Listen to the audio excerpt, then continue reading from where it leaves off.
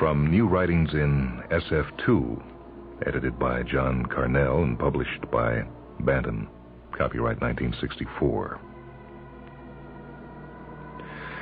Roscoe checked the scope again. The big shuttle ship was arcing in smoothly on a re-entry curve. The speck of light on the screen indicating her position was crossing the hairlines of range and altitude at pre-programmed intervals. It was going to be a routine landing. The process of landing was completely automated. There was really nothing for Roscoe to do. He had seen too many of these unmanned shuttle ships come shimmering in for a landing on the dusty gray surface of the planet. Watched them settling on a cone of flame, blistering down through unsteady waves of boiling atmosphere. Observed the trellis of spidery legs extending on pneumatic joints, the pads at their extremities feeling for a firm purchase on the treacherously hot slag. Then the long ramp telescoping out and the automatic lift trucks beginning to shuttle up and down with their loads. So many ships had come and gone that the event no longer excited any particular emotion in him. Or did it? Perhaps if he was completely honest with himself, it did affect him in a subliminal way. Roscoe mentally brushed the question aside. For 14 years, the nearest he had been to home was a pale, flickering image coming faintly over the interplanetary communications channel. A garbled sound of voices distorted and chopped around by the dust and ionization bands of many million miles of space. Roscoe flipped switches on the control panel with unnecessary vigor. Damn it, he didn't regret his decision to take over as Warden of Chaos. The name selected for the outermost planet at the time of its discovery had taken on an unconscious irony in the light of its subsequent use. All right, so he had got just about the loneliest job in the whole system. He liked it that way. He, Roscoe, was the sole human inhabitant of chaos. 1 trillion tons of planet with several million tons of assorted junk littering a large part of its sterile surface. Chaos was the municipal rubbish dump of the whole system. Only they didn't call it a rubbish dump anymore. It went by some polite new name. Spoil tip, infill zone, that was it. Robot ships shuttled in regularly from the more favored planets of the system, bringing with them a capacity load of obsolete and unwanted junk of all kinds. Battered and bent relics of metal and polymer, crystal and fiber, outmoded before they could be outworn. The cast-offs from a machine-dominated culture in which only the latest devices, the newest techniques, the most get-ahead styling were acceptable in civilized circles.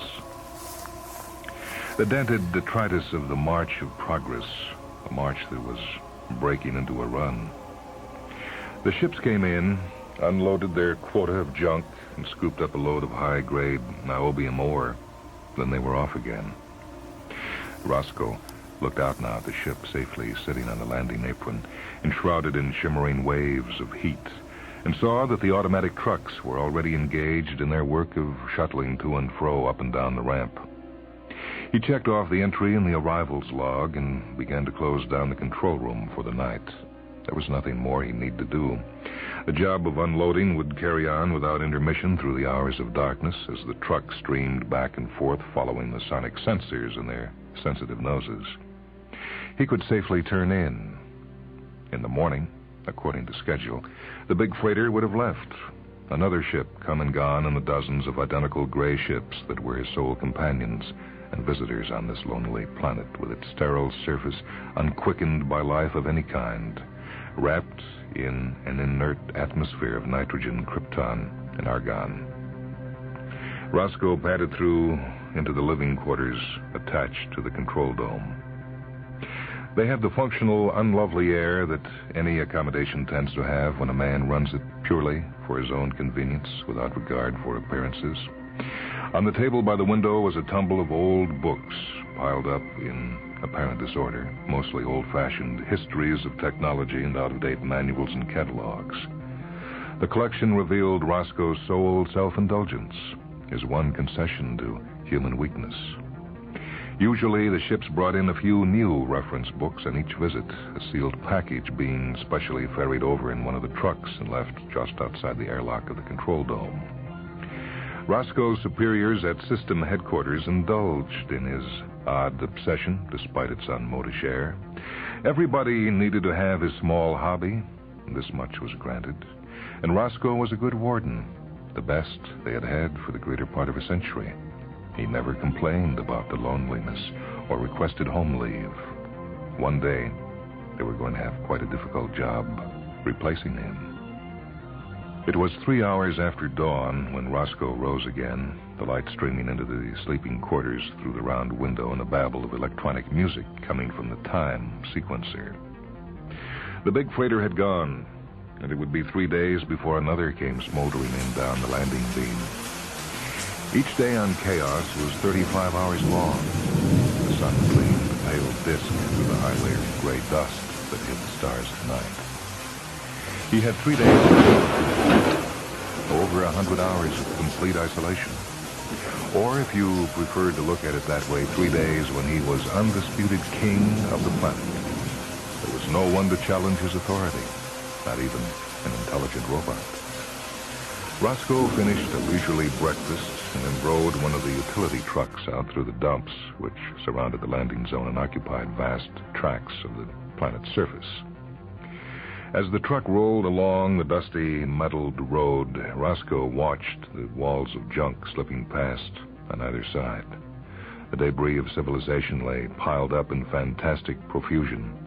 A tangle of broken domestic gadgets, dead robots crashed, jet planes, bruised rotorcraft, fragments of electronic subunits, communications gear, mangled computers.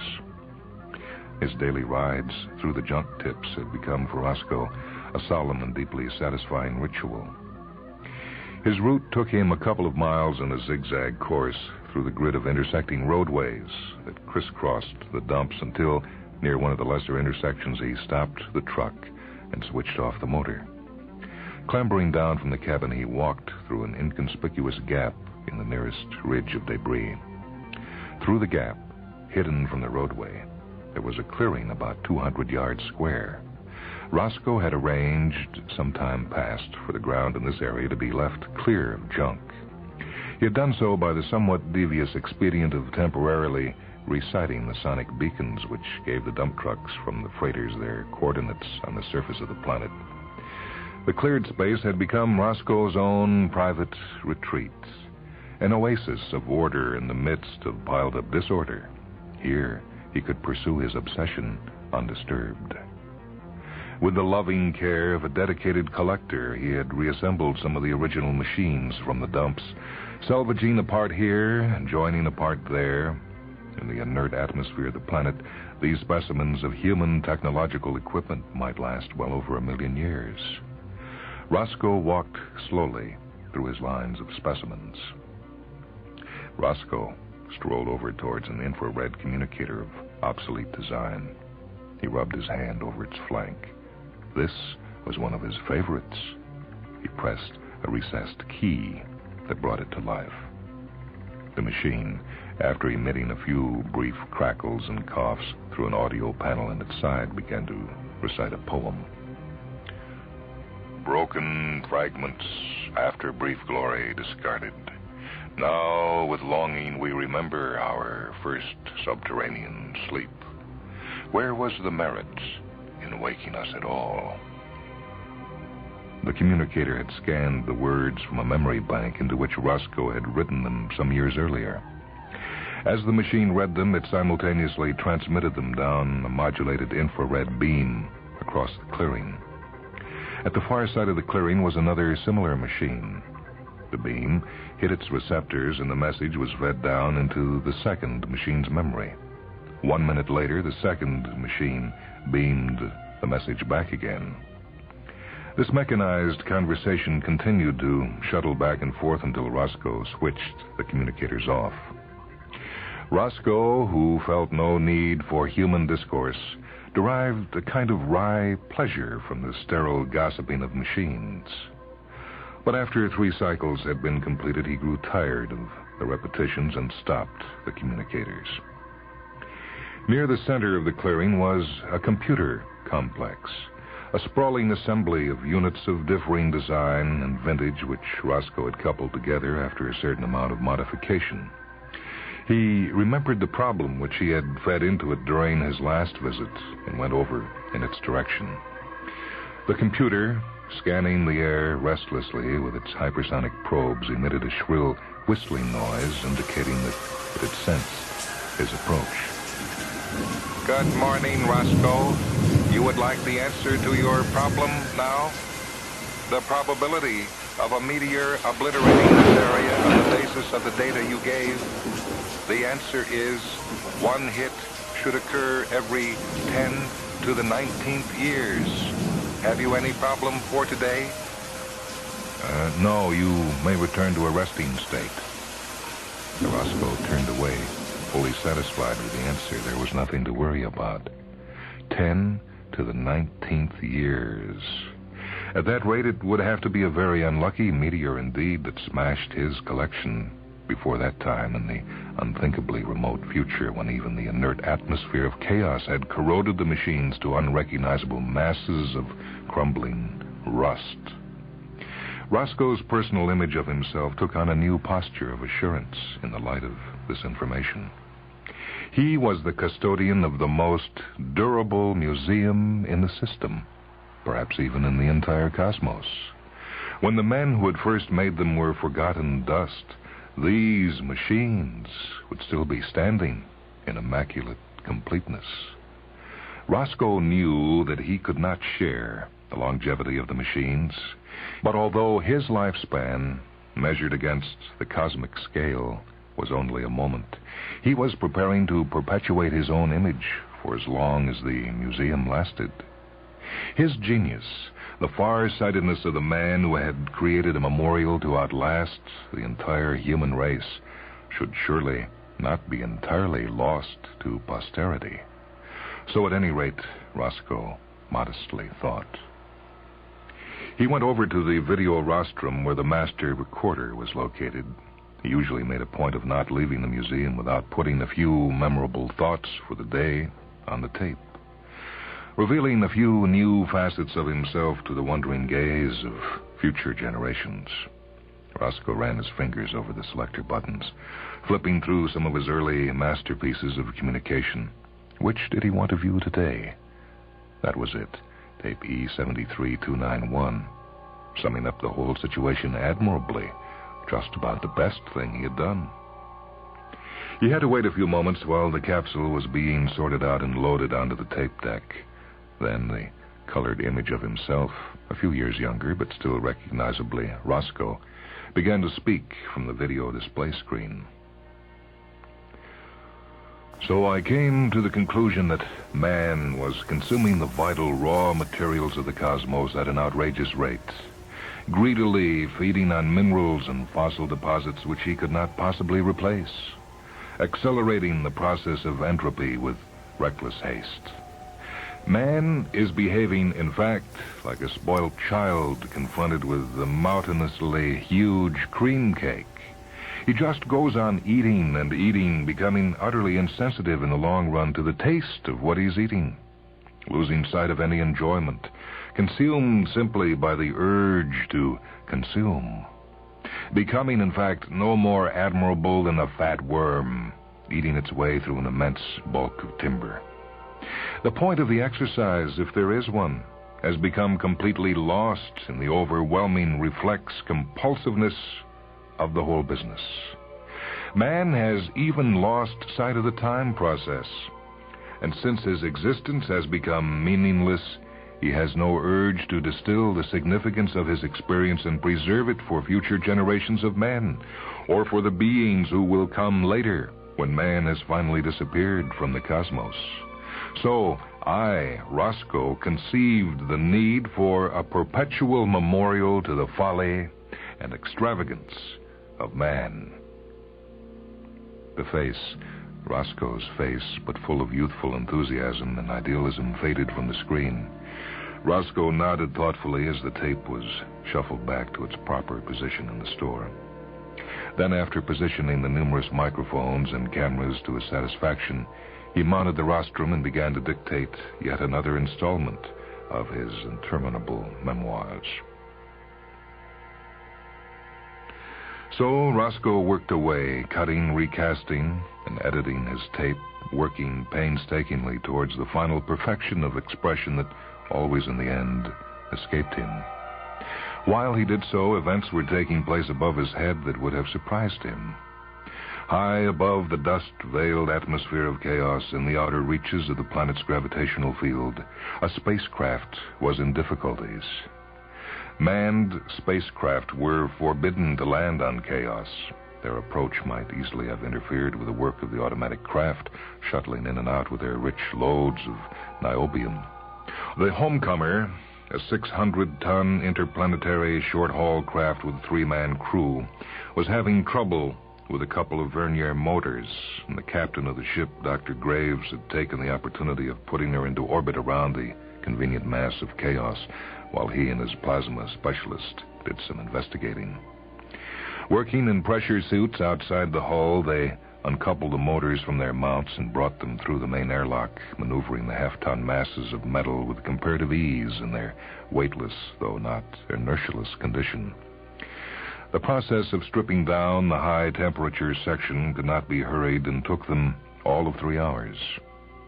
When they had parts laid out on an almost surgically clean bench, it was clear that all the main refractories were badly cracked.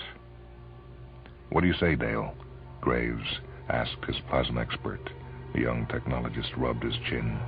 "It looks like a tough job and a tricky one, too. To do it properly, we need more equipment than we're carrying aboard the ship. So we either call up a repair ship, or is there an alternative?" "Well, I was thinking of the possibility of landing on a planet. They must have repair facilities down there." Harley, the navigator, intervened at this point and told them that only official ships were permitted to land on Chaos. "And why the ban?" "Practically the entire planet's made of niobium. They mine it down there for the whole system." "Niobium? Well, that's no problem. We'll just bleep out an ultimate distress signal, and they'll have to give us a landing beam. They're compelled to do so by international law. Don't forget that. It's as simple as that. I'm certainly not waiting around 3 or 4 days for a repair ship." The younger men glanced at each other uneasily. Was Graves getting too old for the job? He had displayed several irrational quirks lately, and his temper seemed, if anything, to be getting shorter. "Ultimate distress? Well, isn't that pushing it a little when we're only missing a couple of verniers?" The trouble with the verniers could have been avoided if Graves had taken account of the obvious symptoms earlier on, Harley thought privately. Dr. Graves made a gesture of impatience. "I'll worry about the law problem when I come to it. Just you send out the signal, that's all." He turned his back, effectively closing the conversation. Roscoe ran through the new tape again with mingled feelings of pleasure and regret. Pleasure because there were undoubtedly some good things in it, well said. Regret because he was aware still of the many imperfections that he had failed to eliminate. Perhaps the next time he came to the museum site he might do a little more polishing. Roscoe looked round once more at the ranks of metallic forms. Then as he walked back towards the gap in the enclosing wall of debris, his ears caught a distant rumble. Thunderstorms were rare on Chaos. To his trained ear, this sounded more like the remote roar of rocket motors. Surely the next ship was not due for another couple of days. Flipping a control in his pocket communicator, Roscoe interrogated the control center, which he had left in charge of the automatic program. The coded response told him that an unidentified ship was coming in on emergency procedure. The roar of the landing ship grew louder. Roscoe reached the roadway where he'd left his transport. He'd better get back to the landing zone as soon as possible. Maybe if these people were coming in on an emergency routine, they would need help as soon as they landed.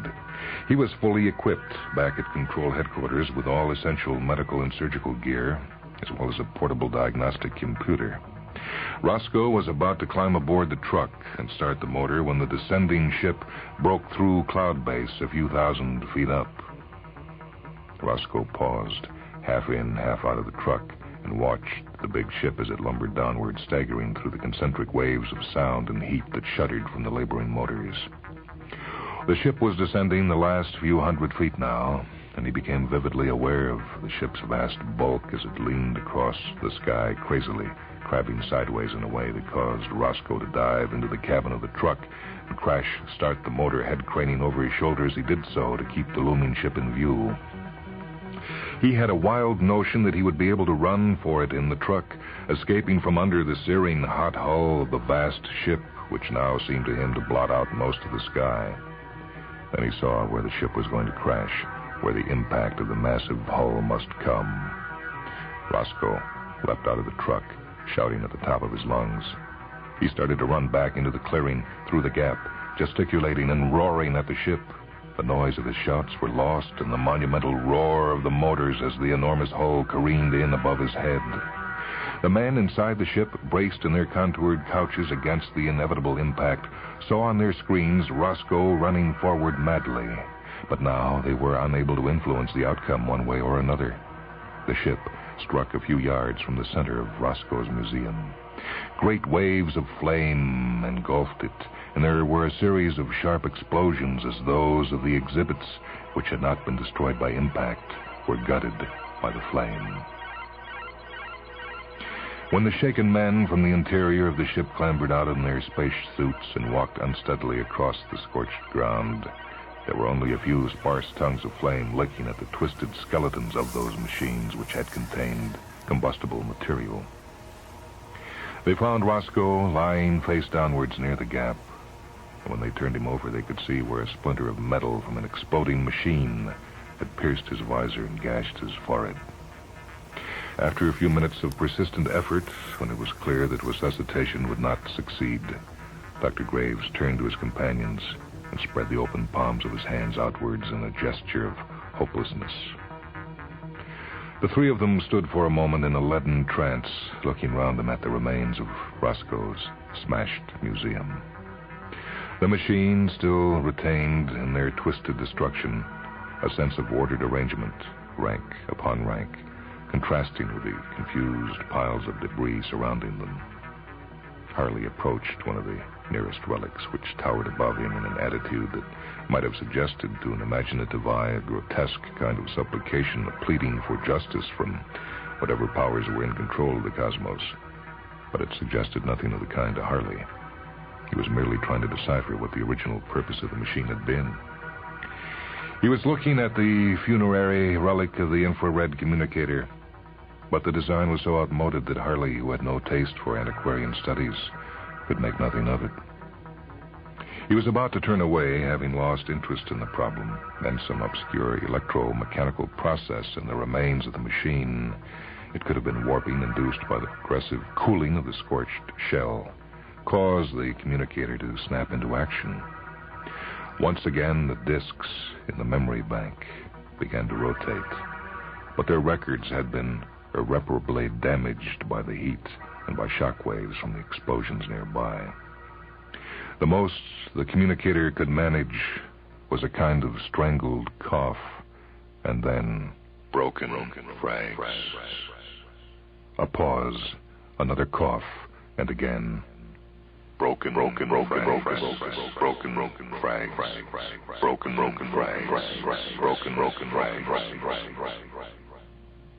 Harley turned to his companions with a puzzled grin on his face, and then he turned back to the communicator. Broken frags.